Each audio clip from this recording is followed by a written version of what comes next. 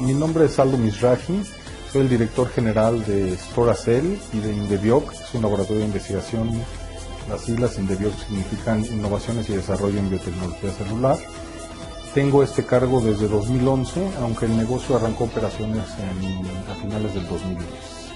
Bueno, para darles una explicación qué es una célula madre, el nombre correcto de célula madre es célula troncal o célula que viene del tronco del tallo en inglés, se denominan stem cells. Y si lo queremos ver gráficamente, nos imaginamos que del tronco salen ramas y de las ramas salen más ramas y así hacemos un árbol.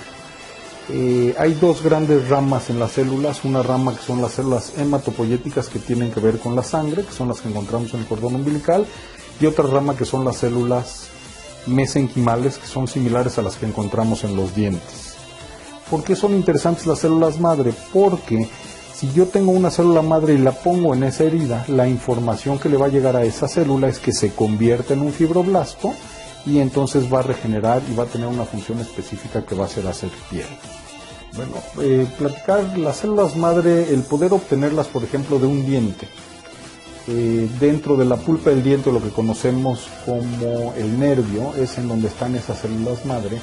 Y lo interesante de poderlas obtener cuando una persona está sana es que estamos guardando células sanas de ese paciente. Me preguntaba, hay muchos productos que dicen que tienen células madre. Número uno, no sabemos de quién son esas células. Número dos, no creo que nos puedan demostrar que estén vivas. La idea de una célula, que es la forma más primitiva de vida, es que esté viva. Entonces, si la célula está viva, pues tiene un valor. Pero para estar viva, pues tiene que oxigenarse. Nosotros vivimos gracias al oxígeno. Entonces, esas células que hay en todos estos productos, pues puede ser que funcionen porque tienen factores de crecimiento y estimulen a las células de donde se ponga el producto. En la piel, por ejemplo, estimulan las células de la piel y esas células responden a estos factores de crecimiento. Pero definitivamente no estamos poniendo células vivas.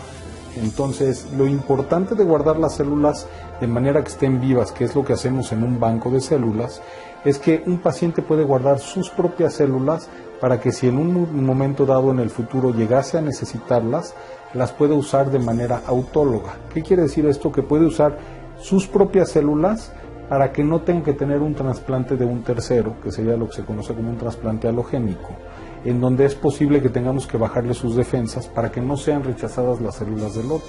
Entonces, gran parte del valor de tener las células de uno mismo guardadas es que esas células las voy a poder utilizar para mí. Si parte de lo que hacemos en Storacell es guardar las células de pacientes de los dientes. A los niños en la primera dentición, cuando tienen los dientes de leche, se les aflojan los dientes.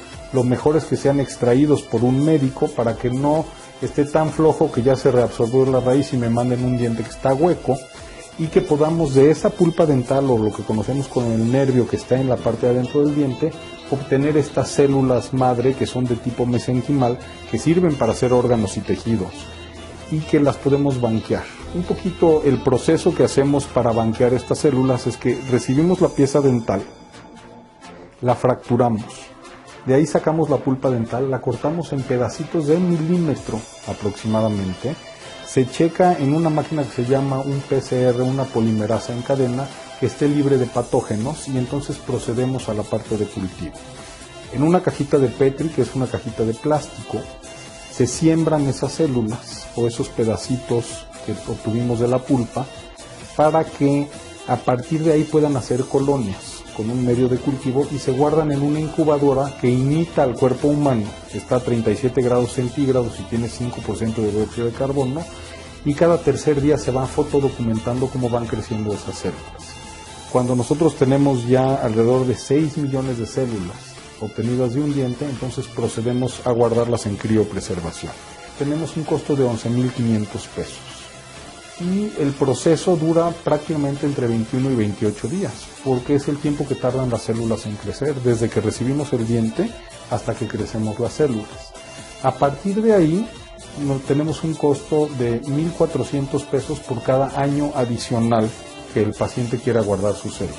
Nuestro laboratorio está en la Ciudad de México, en la colonia Lomas de Chapultepec. Es donde tenemos el laboratorio de investigación y tenemos el banco de células madre también. La clonación humana es uno de los temas más frecuentes en las películas de ciencia ficción, pero como suele ocurrir en este tipo de películas, mucha de la tecnología que anteriormente se consideraba fantasía, posteriormente es encontrada en la vida real. Hoy vamos a mirar de cerca una compañía que dice estar cerca de la clonación humana. La compañía asiática Voyalite hizo un comunicado de prensa este mes donde informaba que ya contaban con la tecnología para clonar humanos. Hasta el momento, la clonación humana era considerada algo muy difícil de lograr, pero el director de la compañía de Voyalite, Xiao Shun, informó a la prensa que ya cuentan con recursos para lograrlo. También se ha comprometido en fabricar miles de vacas, caballos y perros con esta tecnología. Imagina que tienes una mascota, la cual por algún motivo tiene un accidente y termina falleciendo. Con esta tecnología podrías tener una mascota exactamente igual, por lo menos genéticamente. Una mascota que compartiría los mismos rasgos físicos que tu mascota anterior. Ya se ha podido clonar animales anteriormente, pero la clonación humana involucra varios debates éticos y morales. Ya no se trata de preguntarse si podemos clonar a un humano, lo importante sería si debemos. La clonación humana está prohibida en la mayoría de países del mundo, pues es considerada una práctica antinatural. Aunque por otra parte, podemos imaginar las ventajas de poder clonar a genios como Albert Einstein o Stephen Hawking. También, la ventaja de clonar animales como vacas es que podríamos tener un control sobre la carne que consumimos. Por ejemplo, si existe una vaca saludable que sea resistente a cierto tipo de enfermedades, además de tener un buen sabor para el consumidor, esta vaca se podría replicar indefinidamente. También podríamos crear un ejército de personas a partir de un soldado físicamente sobresaliente, algo parecido a lo que ha ocurrido en películas de ciencia ficción.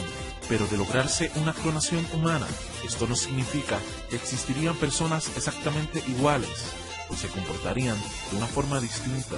Después de todo, los hermanos gemelos idénticos comparten los mismos rasgos físicos, pero suelen ser completamente diferentes en personalidad. Esto ocurre porque la personalidad de un individuo no depende de sus genes, sino más bien de las experiencias vividas. Por lo que podríamos tener varios clones humanos, pero se comportarían de una forma distinta entre ellos. Podríamos tener un clon de Albert Einstein, pero que le guste más la música que las matemáticas. Varios especialistas en el tema dicen que la compañía Voyalite solamente está haciendo propaganda y que no creen que sea posible clonar humanos en la actualidad. Lo preocupante de este tipo de experimentos es que si algo ha demostrado la historia es que el hecho de que una práctica sea prohibida no ha sido impedimento para algunos científicos o países continuar con ellas. Siempre existe la posibilidad de que en alguna parte del mundo se haya logrado clonar a algún humano y que estos clones se encuentren entre nosotros. Cuéntame tú qué crees sobre este tema. ¿Crees que la clonación animal y humana es una buena idea? ¿O crees que es algo que debería prohibirse en su totalidad?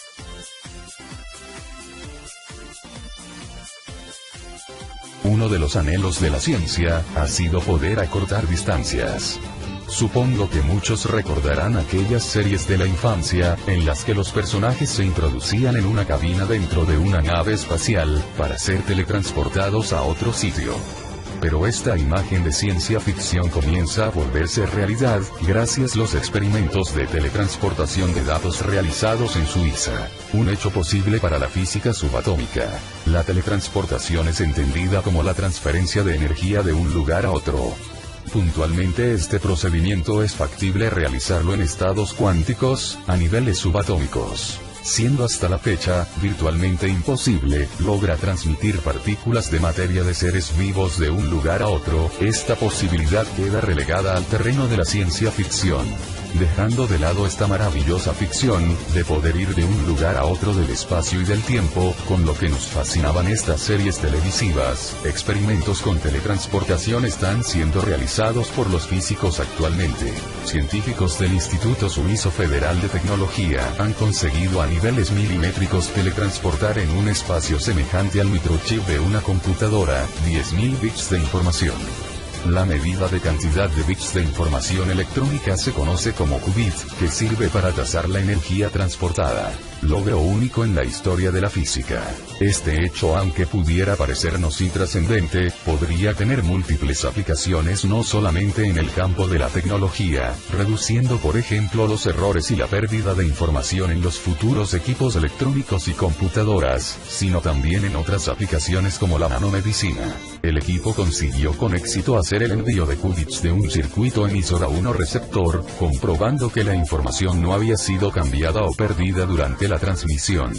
Sin embargo, el tipo de soporte físico utilizado en estos experimentos no tiene nada que ver con los equipos de uso cotidiano, como computadoras portátiles, sino son meramente experimentales. Perspectivas tecnológicas del experimento. Anteriormente se habían hecho este tipo de experimentos a grandes distancias, por otros investigadores, fracasando sin embargo en la transportación por de pequeñas partes de los datos por unos instantes. El equipo de científicos dice ser capaz de transportar cantidades de qubits superiores a 10.000 bits. A medida que se perfeccionen los métodos y se consiga teletransportar información en mayor cantidad y sin un rango de error considerable, esta tecnología completamente innovadora estará a disposición de la ciencia. ¿Cuáles piensas que son las aplicaciones que pueden darse a este invento?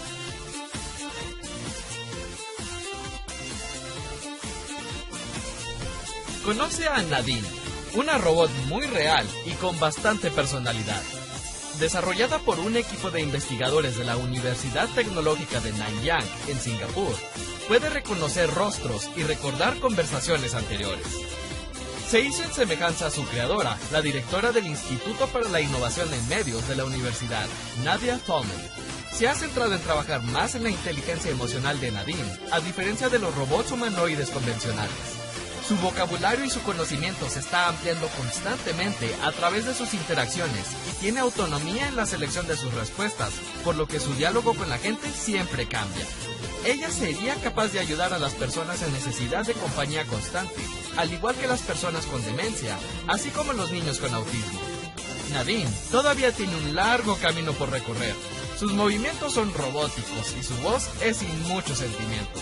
Pero ya sabes, cuando comience la revolución de las máquinas, también nos atacarán con carisma y plática.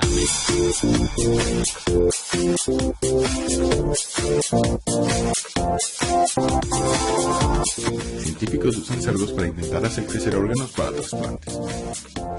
Un equipo de científicos de la Universidad de California está tratando de producir embriones cerdo humanos con el fin de producir órganos para trasplantes. Para hacer crecer un órgano humano tal como un páncreas en un cerdo, hay que quitar primero el ADN que es responsable del crecimiento de un páncreas del cerdo de negocio. Un vacío se crea después de la edición de genes y las células madres humanas se inyectan en el embrión para llenar ese vacío. Las células madre son células adultas que han sido reprogramadas para convertirse en cualquier tejido en el cuerpo humano, incluyendo córneas, pulmones, corazón, hígado o riñón. El embrión híbrido, conocido como quimera, se implanta entonces en una cerda y se deja desarrollar durante 28 días. A continuación, el embarazo se termina y se retira el tejido para su análisis. Sin embargo, la idea de hacer crecer embriones híbridos sigue siendo muy controvertida, ya que la principal preocupación es que las células madre humana generen mutaciones. Otros están preocupados de que el crecimiento de órganos humanos en cerdos pueda dar lugar a una nueva fuente de abuso a los animales.